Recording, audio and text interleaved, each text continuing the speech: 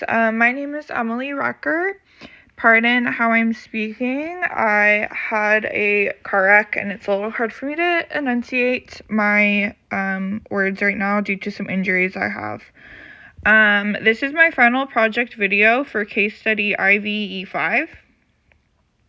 Some client information. My client's name is Ramsey Mason. He's 11 years old with autism spectrum disorder, or ASD. He doesn't have functional communication. He also has had history of physical aggression and self-injurious behaviors at school. These were addressed with success. However, he continues his self-injurious behaviors at both of his homes, which include his stepmom and dad's home as well as his mother's home.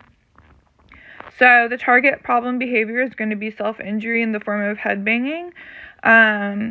This is defined as any instance in which the client brings his head into contact with any hard objects with force.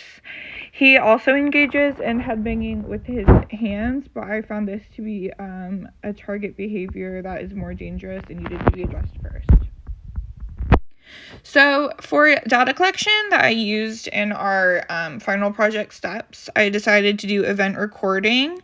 And you can see my graph here. And I decided to use these because these behaviors don't last for a long duration, and I liked the way that this data was set up, that you could give the response, and I could think that this makes you more able to determine a function. So some additional data collection that I did, a QABF done by the client's stepmother and father. Finding the functions was attention and access to tangibles, escape, and non-social. I also did an FAI and ABC data. The results of my FBA, so my hypothesized function of behavior, I believe the primary function of my client's self-injurious behavior was socially mediated attention, with secondary functions being escape and access to tangibles. And some data showed that there was a sensory element as well, so I thought that might be nice to kind of get into.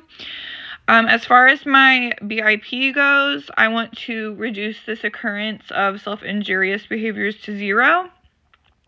This seems to be achievable because it was done at school. And the time frame is 6 months because that was about the time frame they did it at school.